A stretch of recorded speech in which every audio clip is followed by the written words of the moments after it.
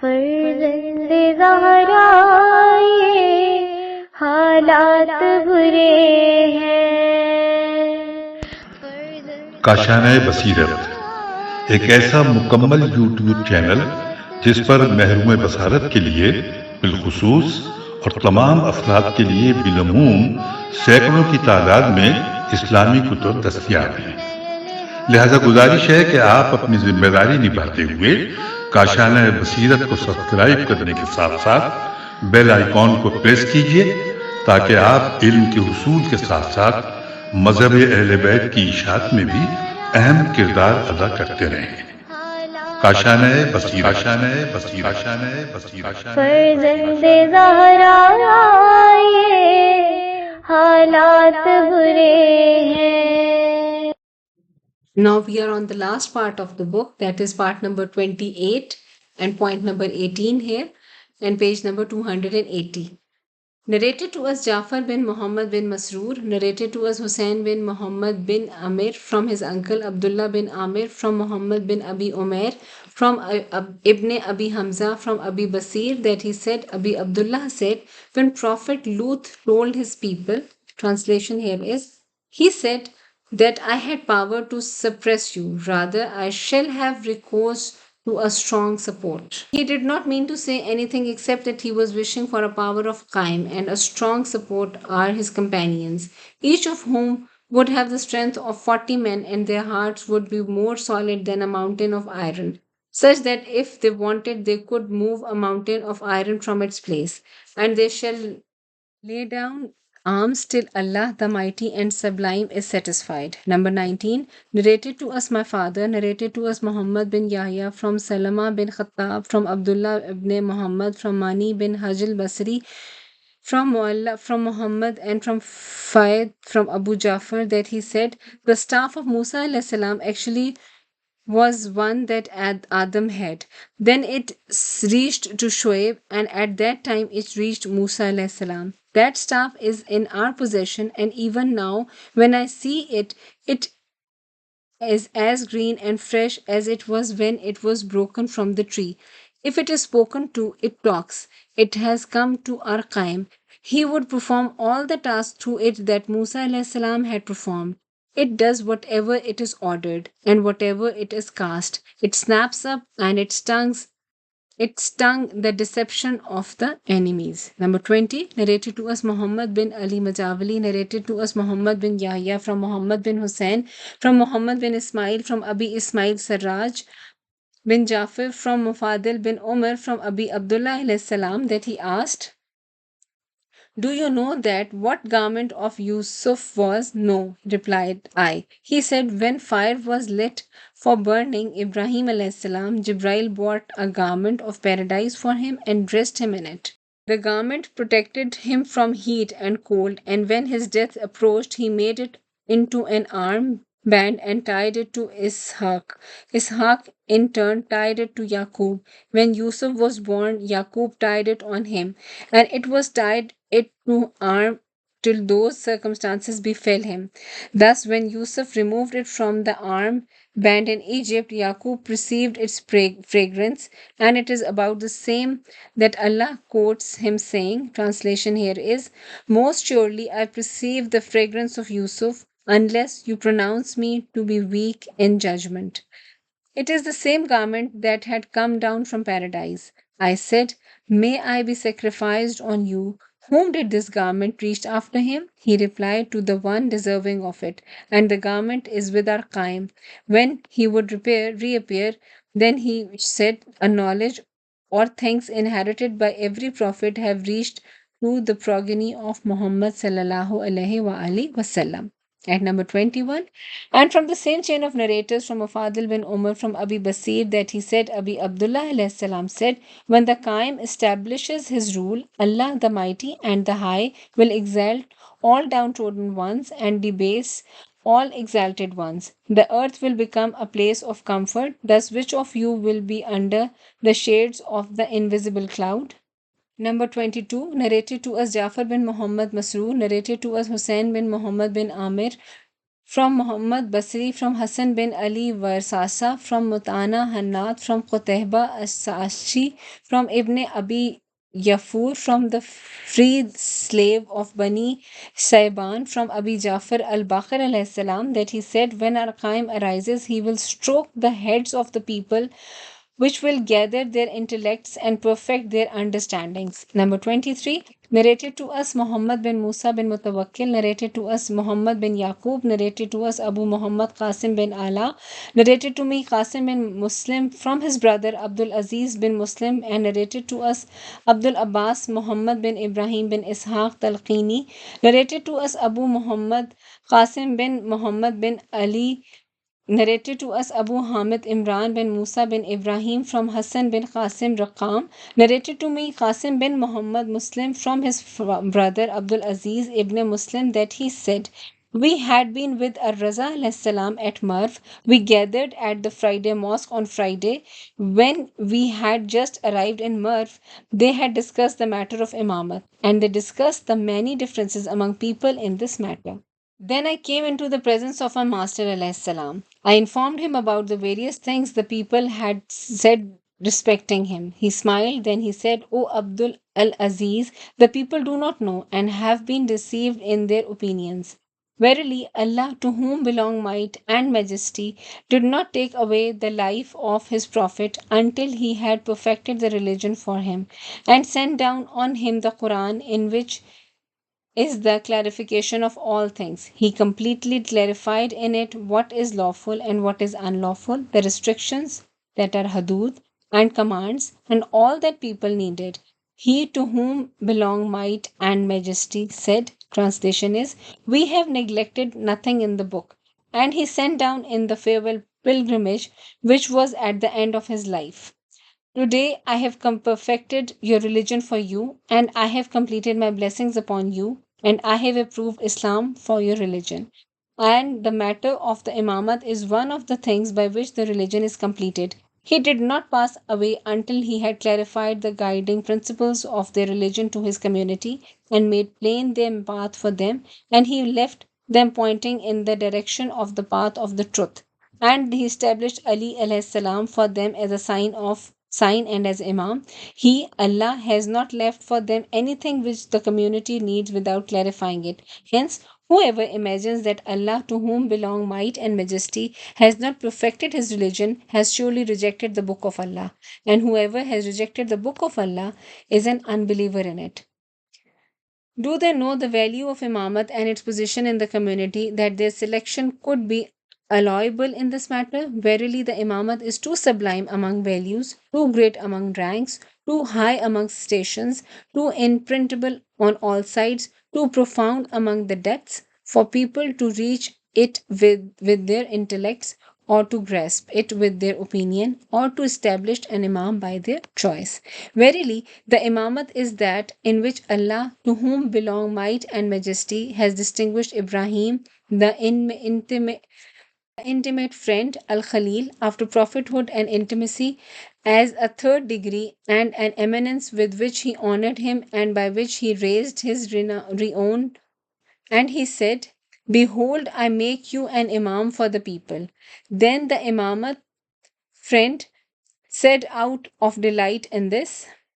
Then the intimate friend said out of delight in this, and of my seed, Allah the Blessed, the Sublime said, my covenant shall not reach the evildoers. Thus, this verse has abolished the leadership imama of all evildoers till the day of resurrection, and it has become for the select ones. The Allah, the Sublime, bestowed honors on him by establishing it in his seed and ones who are selected and purified by Allah. And he said, here the translation is, and he we gave him Ishaq and Yaqub in superabundance, and everyone made we righteous and appointed them to be imams guiding by our commands.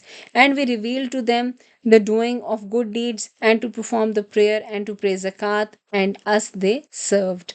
So it the imamat do not leave his seed, one of them inheriting it for another, generation after generation, till Allah the Sublime caused the Prophet to inherit it. And he, the Majestic, the Sublime, said, translation is, surely the people standing closest to Ibrahim are those who followed him, and this Prophet, those who believe, and Allah is the master of the believers. So the Imamat belonged to him particularly, and hence he invested Ali alayhi salam it by the command of Allah the Sublime in the way in which Allah has made obligatory. So it came to be in his Ali's selected seat, those to whom Allah has given knowledge and faith, as in the words of He who is sublime, but those who have given knowledge and faith shall say, translation here is, and those who are given knowledge and faith will say, certainly you fared according to the ordinance of Allah till the day of resurrection. So this is the day of resurrection, but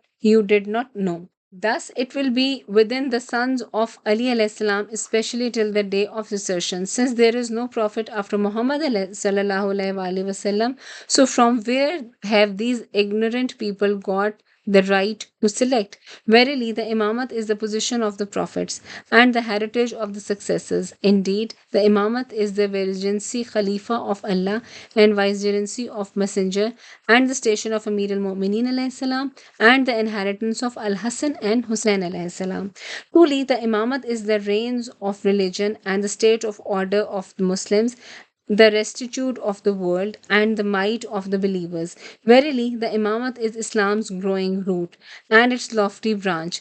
Through the Imam, the prayer, zakat, fasting, hajj, and jihad, exerting oneself, striving in the way of Allah, whether by means of one's property, one's life, one's knowledge, or by any other means, are perfected. Public funds are increased, restrictions and the commands are put into practice, and the frontier posts and borders are protected.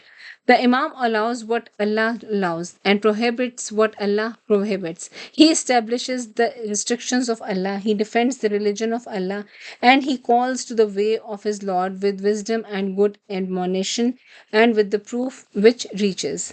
The Imam is like the rising sun, which covers the world with its light and which is in a place where no hand or eye can reach it. The Imam is the radiant moon, the shining lamp, the brilliant light, and the star the guide that guides in the heavy darkness, and in the middle of inhabited lands, deserted regions, and high seas. The Imam is sweet water of thirst, the pointer towards true guidance and the believer from destruction. The Imam is the fire on the heights which guides those far away and which warms those who seek the heat, and an indicator in dangers. He who moves away from him will perish. The Imam is the rain bearing cloud, the rainfall that covers everywhere, the shining sun, the covering that shades, the ferry, the overflowing spring, the pool, and the meadow. The Imam is the gentle, close friend, the sympathetic father, the blood brother, the mother who is tender to her small child, a place of refuge for mankind from perilous disaster.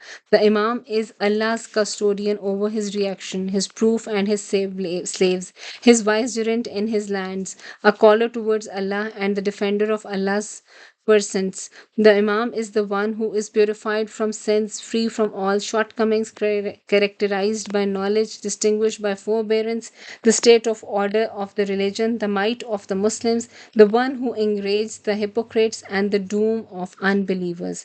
The Imam is unique of his time. No one can approach his rank. No man of knowledge is comparable to him. There is no one who can take his place, nor is there anyone similar to him or same as him. He is characterized by every kind of eminence without his seeking it or acquiring it. Rather, it is a characteristic from the bestower of eminence, the all giving. So, who is there who can arrive at knowledge of Imam or have the ability to select him?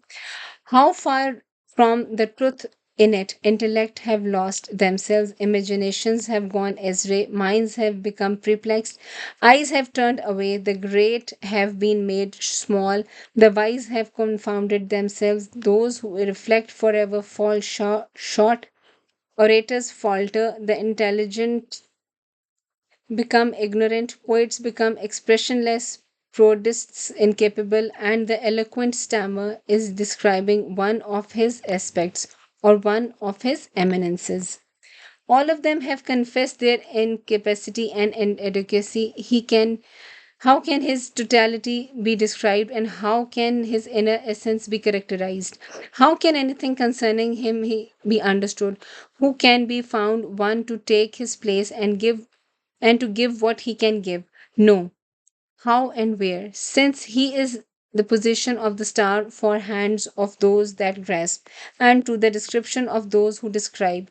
What is the place of choice in this affair? What is the place of intellects in this affair?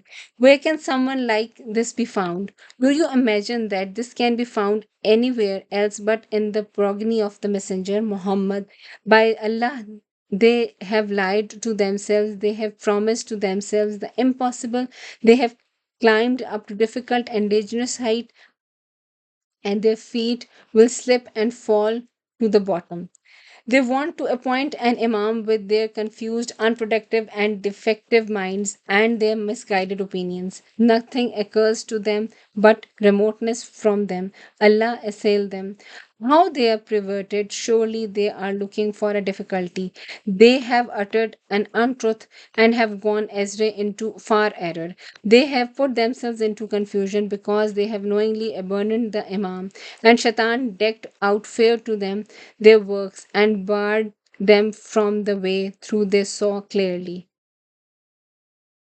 They have turned their backs on the choice of Allah and the choice of Messenger of Allah and his Ahle Bayt and turned to their own choice. And the Quran has called them, translation is, the Lord creates whatsoever He will and He chooses. They have not the choice. Glory be He Allah, high be He above that they associate. And he to whom belong might and majesty, he said, it is not for any believer, man or woman, when Allah and His Messenger have decreed a matter to have the choice in the affair. And he said, what ails you then? How you judged? Or have you book wherein you study? Surely therein you shall have whatever you choose. Or have you oath from us reaching to the day of resurrection? Surely you shall have whatever you judge. Ask them, which of them will guarantee that? Or do they have associates? Then let them bring their associates if they speak truly. And he to whom belong might and majesty had said, what do they do not what do they not ponder the Quran? Or is it that there are locks upon their hearts? Or has Allah set a seal upon their hearts so they understand not? A seal has been set upon their hearts, or they say, we hear and they hear not. Surely the worst of beasts in Allah's sight are those that are deaf and dumb and do not understand. If Allah had known of any good in them, He would have made them hear, and if He had made them hear, they would have turned away, swearing aside. Or they said, we have heard and we disobey. But this is the bounty of Allah. He gives it to whom He will, and Allah is of bounty abounding. How can that have the right to choose an Imam? Since the Imam is the man of knowledge, he is not ignorant of anything. A shepherd who does not shirk his duty, a mind of sanctity and purity, of piety and renunciation of knowledge and worship. He is the one specifically mentioned in the supplication of the messenger. And he is of the seed of the purified one, the chaste Fatima. Aspersion cannot be cast on him in relation to his parentage. No one can approach him in nobility. He is in the noble house of Quraysh, at the summit of Banu Hashim, of the offspring of Messenger, and the one accepted by Allah, to whom belong might and majesty. He is the nobility of the noblest man and the true branch of Abd Manf, the father of Hashim and Umayyah, the one whose knowledge forever grows and whose knowledge is perfect, who is completely acquainted with the Imamat, entirely knowledgeable in statesmanship. Obedience to him is obligatory, the one who establishes the affair of Allah, to whom belong might and majesty. He is the sincere advisor to the slaves of Allah, the protector of the religion of Allah. Truly, Allah accommodates the prophets and the imams. May Allah bless them to the right path. He gives them of His stored knowledge and wisdom. which he does not give to anyone else. Thus, their knowledge is far above the knowledge of the people of their time, as he, the Sublime, says, "He who guides to the truth, is he worthier to be followed, or he who guides not unless he is guided? What then ails you? How you judge?" And as he the blessed, the sublime say, translation here is, "He grants wisdom to whom he pleases, and whoever is granted wisdom, he indeed is given a great good, and none but men of understanding mind." And what he says about Talut: "Verily, Allah has chosen him over you and has increased him broadly in knowledge and body. Allah gives the kingship to whom He will, and Allah is all embracing and all knowing." And he said to his Prophet, "Allah's bounty to thee is very great." And he says about Imams from the Ahle Bayt of his prophets, his progeny, and his seed, may Allah bless him. Translation here is, or are they jealous of people for the bounty that Allah has given them? Yet we gave the progeny of Ibrahim the book and the wisdom, and we gave them a mighty kingdom, and some of them, that is, those they were jealous, there are that believe, and some of them that bar from it suffices for a blaze. Verily, when Allah, to whom belong might and majesty, selects a slave for the affair of his slaves, he expands his breasts for it. He entrusts to his hearts the fountains of wisdom and profoundly inspires him with knowledge. So, after this, he does not stammer in answer, and he does not deviate from the truth in them. Thus, he is infallible, that is, Masoom, supported by Allah. He is accommodated to the right path, his steps being firmly guided. He will be safe from errors, slips, and stumblings. Allah distinguishes him by this because he is his proof over his slaves and his witness over his creatures. The translation here is, that is the bounty of Allah. He gives to it whom He will, and Allah is of bounty abounding.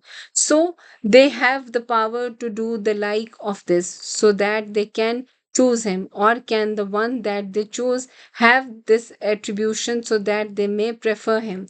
By the house of Allah, they have transgressed against the truth. They have rejected the book of Allah behind their backs as though they did not know.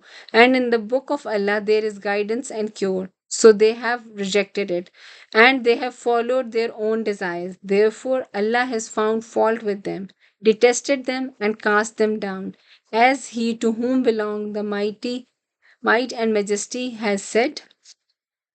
Here the translation is, and who is further astray than he who follows his own caprice without guidance from Allah? Surely Allah guides not the people of the evildoers. And He has said, chance shall befall them. He will send their works astray. And He has said, verily hateful is that in the sight of Allah and the believers. So Allah sets a seal on every heart, proud, arrogant. And may Allah bless the Prophet Muhammad and his progeny and bestow peace upon them with much bestowing.